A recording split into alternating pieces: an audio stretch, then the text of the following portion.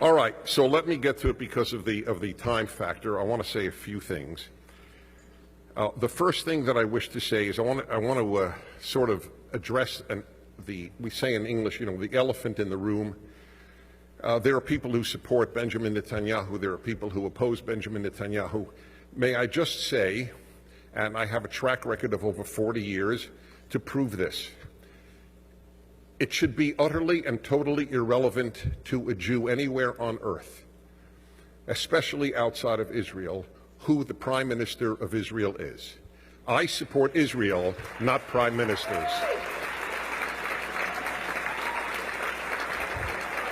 I have never critiqued Israel as an American Jew. You think I agree with everything that any prime minister does? But it is irrelevant. I live in the freedom and security of the United States, 12,000, 8,000, whatever it is, miles away.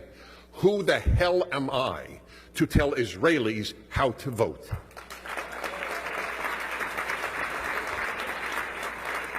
So I feel deeply passionate about this. I find it chutzpah, audacious, and wrong. I support Israel if there is a left-wing prime minister. I support Israel if there is a right-wing prime minister.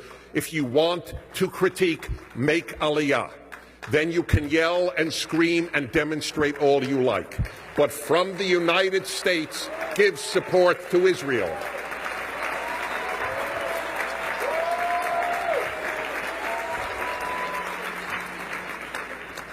Okay. So I want to challenge many of you with the question that I pose when I have a few minutes only to talk to an Israeli American or American Jew who is not particularly religious. I myself am in a small category, or not small, but in an odd category. I'm deeply religious. I deeply believe in the divinity of the Torah, but I'm not an Orthodox Jew. So I have no axe to grind here. I don't understand Jewish history without the God element in it. And I need to address this because if you rationally perceive what I'm saying, that's all I ask. We are coming up to Pesach, to Passover. And in the Haggadah for 2,000 years is the following line: Shebechol dor vador umdim aleinu lechalotenu. In every generation, somebody arises, and here is the key word. Lechalotenu means literally to finish us off, to annihilate us. When I was a child, I remember sitting at my parents' Seder, and I remember thinking the rabbis who wrote this were wrong. This is after the Holocaust. Nobody is going to try to destroy us again. People know how wrong that is. I was wrong. The rabbis of 2,000 years ago were right. In every generation, somebody arises to annihilate the Jewish people. In this generation, it's Iran. In the last generation, it was Germany. That's the way it has worked in Jewish history. This is not paranoid, it is fact. There is only one nation on earth, one out of the over 200 countries on earth. Only one is targeted for annihilation. And guess what? It's the only Jewish country in the world. It is not a coincidence that the only country targeted for annihilation is the only Jewish country in the world. It is a challenge to all Jews to think this through. Why would that be? There are hatreds all over the world, but there are no exterminationist hatreds. That is unique to Jewish history. Those who hate us don't want to enslave us, don't want to persecute us. They want to destroy us. That is unique. And sure enough, we are living it again. And as usual, by and large, the world doesn't care. If Europe can rush into Iran and make all sorts of deals for European companies, then by golly, they're thrilled to do so. If foreign ministers and secretary of states can have a blast with the Iranian foreign minister like he's a good old buddy, then he's a good old buddy. We live in a world that is morally broken. This is what we are living through right now. This one nation The Jewish state is the size of New Jersey. It is smaller than El Salvador. And yet it is the preoccupation of humanity. The United Nations has spent more time on Israel than on any other country in the world. It has condemned Israel more than any other country in the world. More than North Korea, the world's one living concentration camp. Israel, the Jewish state that takes Syrians in to give them surgeries quietly, because if you say that a Jew saved your life, you're killed upon return to Syria. Just a little factoid that you don't hear much about on CNN. And Israel is the object of a new blood libel. I experienced it when I debated in Oxford 2 years ago at the Oxford Forum. So it's 2 against 2 at the Oxford Forum. And one of the two that I was debating, well, I think I should tell you about both. I debated, my partner, many of you know, is Shmuley Boteach. We debated 2 opponents. One of the opponents was a professor at Oxford, a man named Avi Shleim, Israeli, and he devotes his life to hurting Israel. That is his main cause, to hurt Israel in academia. An Israeli, mind you. By the way, I need to say this with great sadness.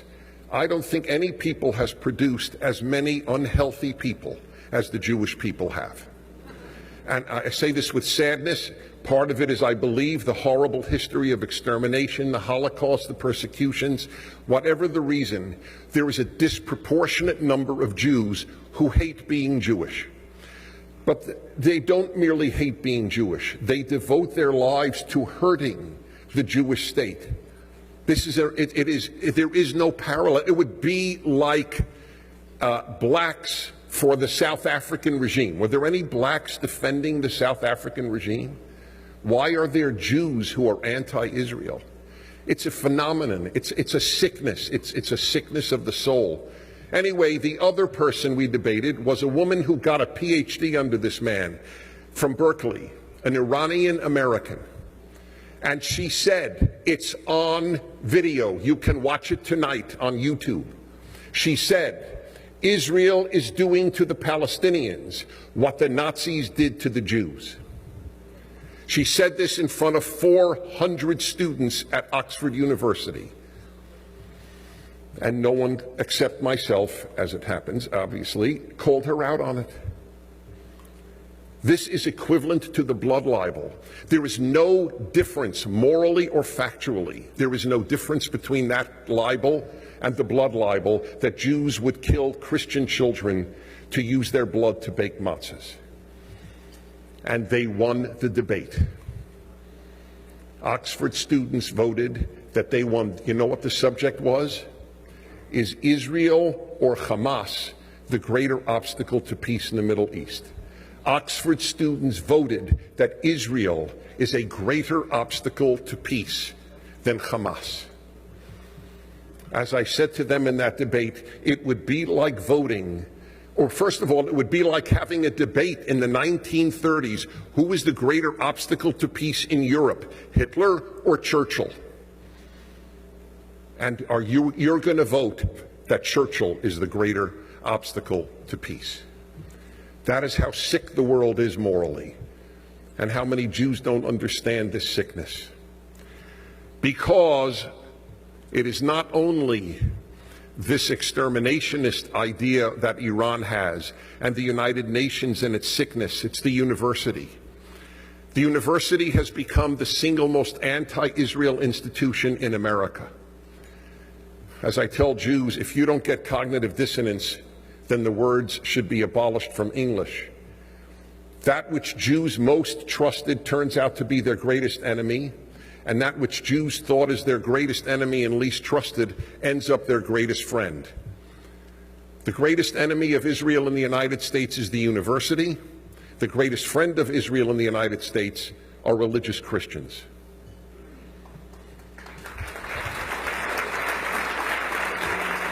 Not exactly what Jews would have predicted, is it? Jews live to send their kid to Cornell. That's the meaning of life for most Jews, what college their kid goes to. Well, let me tell you this, it doesn't matter what college your kid goes to, because whatever college your kid goes to, they will learn to despise Israel. That's the sick fact of life as it exists right now. And now I come to you, and finally, the importance of IAC and the importance of Israeli Americans. Number one, no one can talk with the authority that an Israeli can talk. When you answer these charges, it is more powerful than if I do. You lived it. You are it. You must speak out. Israelis who are quiet in the United States are a puzzle to me. I don't understand them. This room should be 6 times filled more with Israeli Americans. Do you not understand? I would just say to this is, do you not understand? Don't you have aunts and uncles back in Israel? Don't you have cousins? Or your parents or nephews, nieces? I don't get it. I admit it, I don't get it. But there is no authority on Israel like an Israeli. You have a legitimacy. You have an authenticity that no one else has. You must speak out. Number 2, we need you within Jewish life. In Jewish life, you must speak out. I debated, I don't even want to say which local college or university, okay? Because I don't want this to be personal. I just want you to know I debated the head of Judaic studies at a local university. The head of Judaic studies, you know what, at that university, and you know what the subject was? Is there a moral distinction? Is there any moral difference between Israelis and Palestinians? He argued there is no moral difference. The head of Judaic studies at a local university. Imagine if Israelis had been there at that debate to say, what are you talking about? It's one thing for an American Jew, as I am, to say it, but it is quite another for an Israeli living here, or visiting here, or whatever it might be, saying it. You have to speak out. And finally, here is a very powerful argument. If you are not active, if Israelis aren't active on behalf of Israel, why should anybody else be active?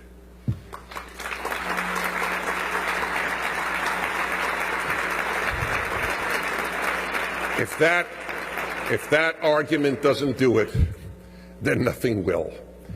We need you, and you need us. This is a great organization. Please support it, and please get every Israeli you know to think and rethink their silence. Thank you very much for having me. Thank you. Thank you very much. Thank you.